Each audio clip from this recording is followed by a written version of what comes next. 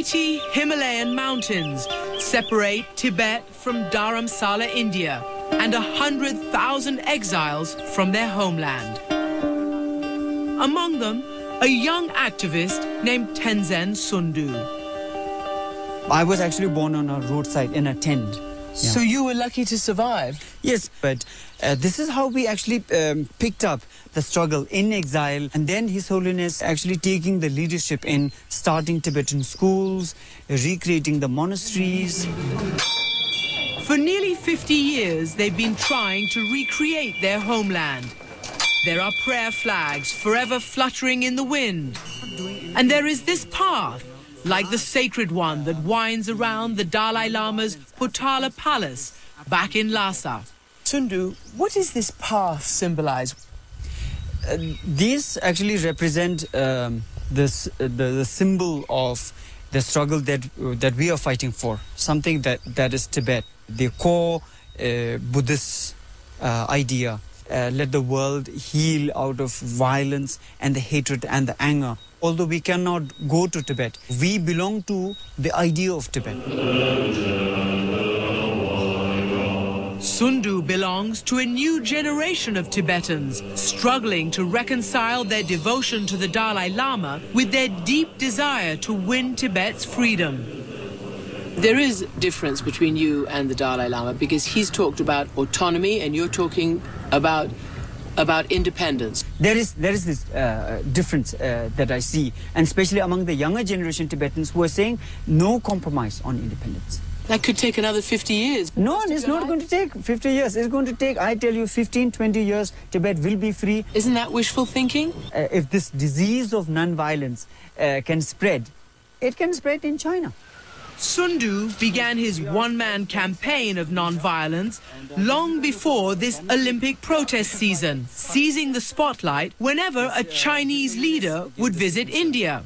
This was their dramatic moment under the sun, Tenzin Sundu on top of the Indian Institute of Science building, hoisting the Free Tibet banner. But there must have been security around there. It must have been difficult to get up to... It's basically Tom and Jerry game. Tom and Jerry. Tom and Jerry game. And the mouse is always clever. And these are the mice, monks preparing to march 800 miles from Dharamsala to Tibet in time for the Beijing Olympics. They are going to show that there's one China, civilized, beautiful country, developed country. The other half is the deprivation of freedom to all these people. Honor Buddhist soldier. And once you get to the border, are they going to invite you in? Right at the border, we are going to be like the situation that I'm in front of a tiger. So what will the tiger do? Sundu is preparing to meet the tiger by teaching a small army of marchers the art of non-violent protest, along with New York-based activist Ladong Tethong. First scenario is you are at a protest, a Tibetan protest, and some Chinese government leaders, they walk by. Some people begin to yell and hurl abuse and say China out of Tibet and Chinese, running dogs. Do you join them? Is it a violent or a non-violent act? And that's the critical question these monks are about to debate. Saying these things at a protest is not violence. Sometimes we even insult our own friends, not from hatred, but from love.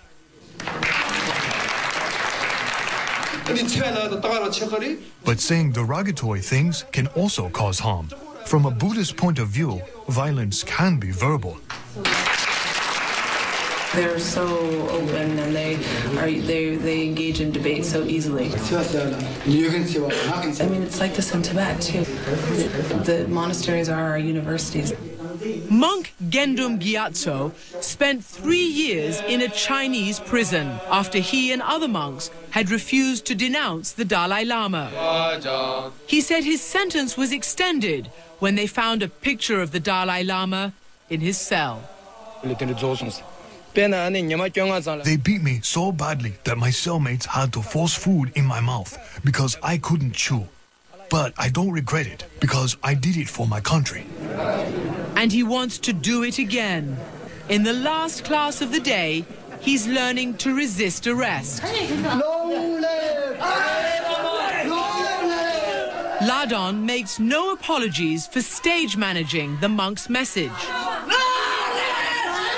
Martin Luther King, Mahatma Gandhi, the movements that they led were very carefully planned and executed. Rosa Parks didn't just sit down on a bus one day and say, I'm not going to move, sort of on a whim. She was trained. These monks hope that by protesting outside Tibet, they'll spark an uprising inside their homeland.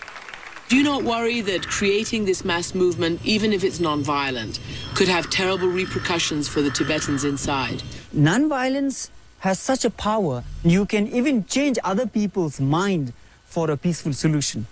And Chinese army and the police, however repressive they may be, will slowly learn that they cannot fight these non-violent army. His theory is about to be tested much sooner than he expected. Inside Tibet itself. When we come back, the Chinese government cracks down.